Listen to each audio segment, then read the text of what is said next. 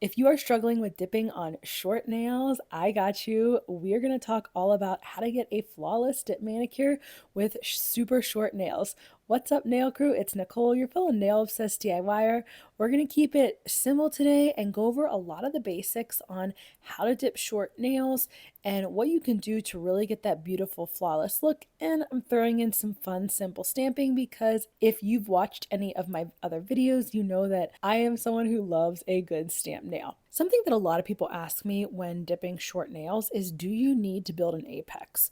And actually, I typically do not build an apex on short nails. Normally, I have a thin layer of builder gel down or rubber base on my natural nails, so I have a little bit of an apex.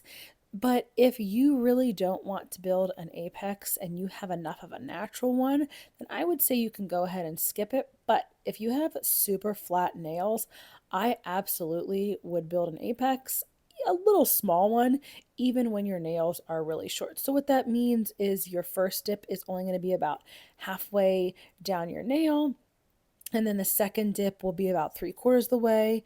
Then the third and fourth dips will be the full way back, and then you can top with clear. So what you want to do when you're dipping your short nails. Now I already have a real thin layer of builder gel down on my natural nails.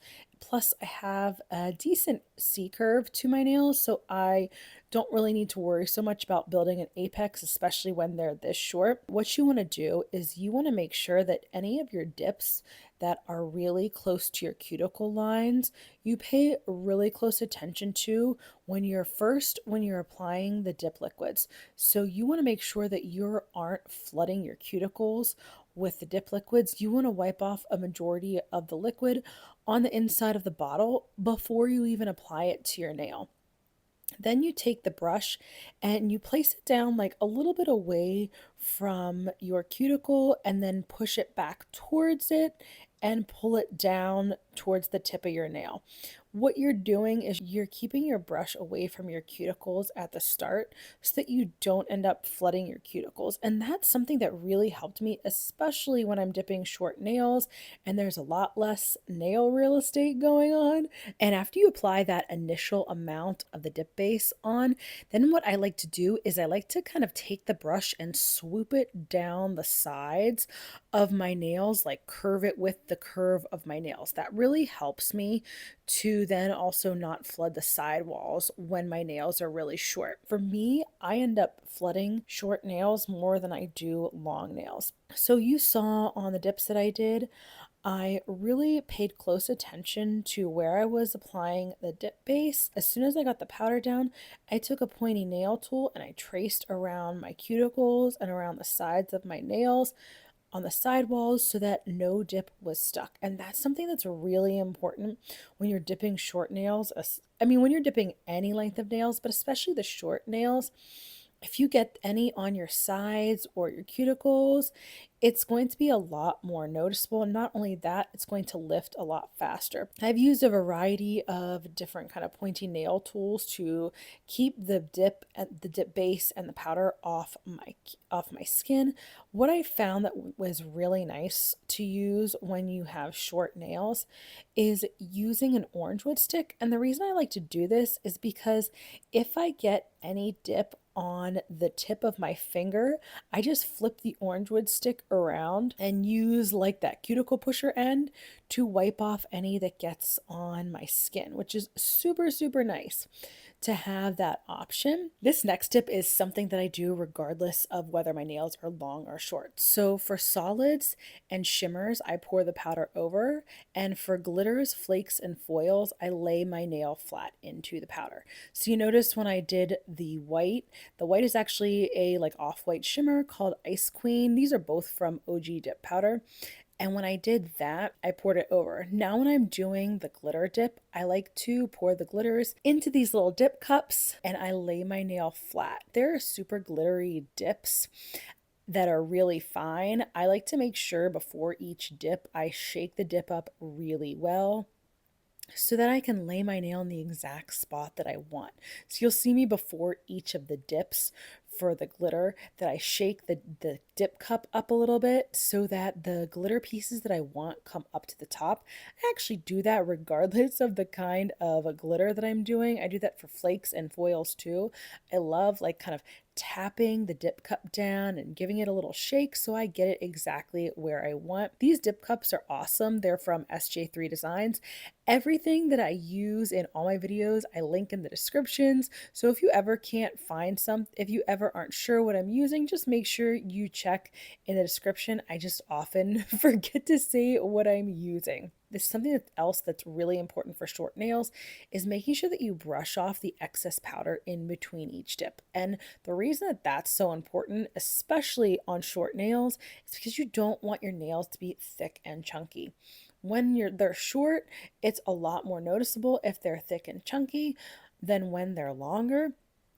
So I really like to make sure I brush off the excess powder really well with a stiff nail brush. Now you'll see that I do my last dip of powder with clear dip powder, and before I even started my glitters, after I did the white, I did my clear dip powder and activated that. The reason that I like to do that is because I'm a messy dipper. When I go to do my glitter after I do my solid or shimmer colors, I want my solid and shimmer colors to stay solid or shimmery, not get a bunch of glitter in them. So I typically go through, put the clear dip powder down, and then activate that, and then I move on to my glitter nails.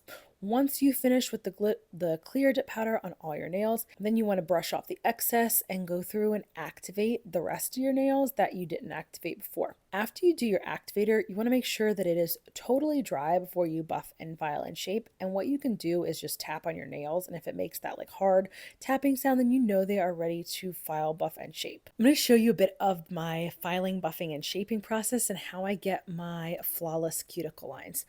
When you're dipping really short nails, I don't like to mess with the shape a lot. So basically, I just give it a little file on the top and along the sides just to kind of crisp everything up.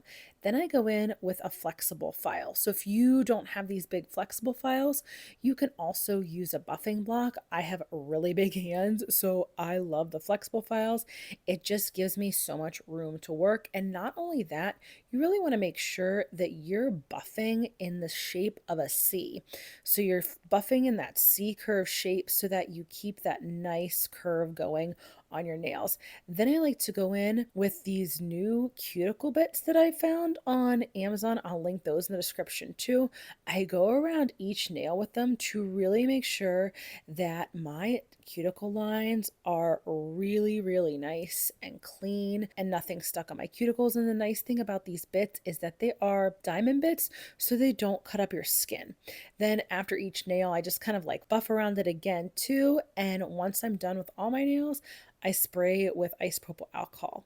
Now we're going to jump into the stamping, and I absolutely am a huge fan of stamping. If you've never stamped before, do not be afraid. I'm going to help you with that too. One thing I wish I would have known when I first started stamping was about these nail art barriers. So what it is, it's like a peelable polish that you put around your skin, around your cuticles, and all over around your nail, anywhere that the stamping polish could get on when you're stamping your image. The one I'm using is from Uber Chic. It's latex free. I only use the latex free ones now.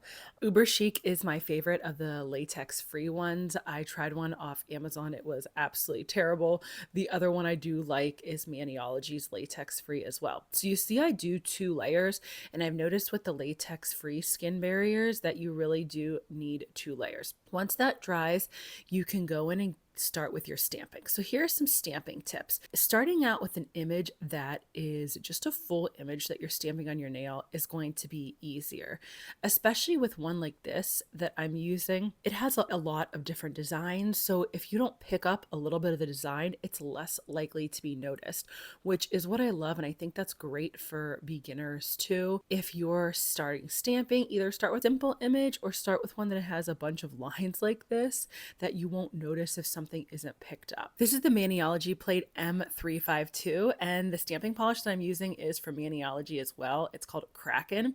So when you're doing a stamped image, you don't want to put so much stamping polish on the image that it floods the entire plate. You want to put enough to cover the image and then scrape down in 1 to 2 quick, pretty firm scrapes to scrape that stamping polish down the image. Whatever direction that you scraped, you want to roll the stamper in the opposite direction. Since I didn't do any kind of stamping base down, like a sticky base, I had to make sure I worked quickly once the stamping image was picked up onto the jelly stamper. I had to roll it onto my nail pretty quickly. Let's say you pick up your image and you really don't like it, just don't apply it to your nail. Use some kind of lint roller or masking tape and get the image off the stamper and then redo it. Then you can quickly apply it down to your nail as soon as you feel like your stamped image is ready to go. So here's my trick to being able to use dip top coats over your stamped images.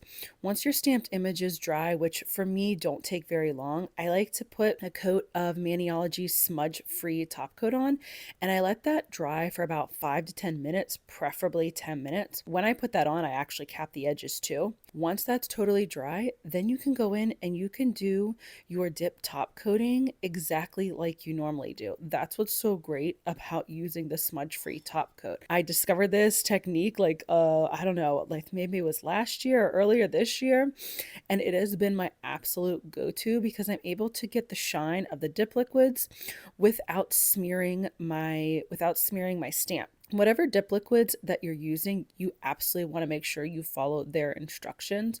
I'm using OG Dip Powder's dip liquids, so you do 5 nails heavy activator, count to 10 at your pinky, and then you go over in 2 to 3 quick even strokes from thumb to pinky, and then go right back in with your second layer. You can do them a little slower. I float my top coat regardless of the brand I'm using. It just helps me from contaminating my brush. Floating means that you basically don't shove the brush hard into your nail. You just very gently float it over the top of your nail. Then you can grab your orange wood stick and wipe off any dip top coat that got on your skin. If you're still struggling with stamping and you want to learn more, make sure you check out this next video. Thanks for joining me today, Nail Crew.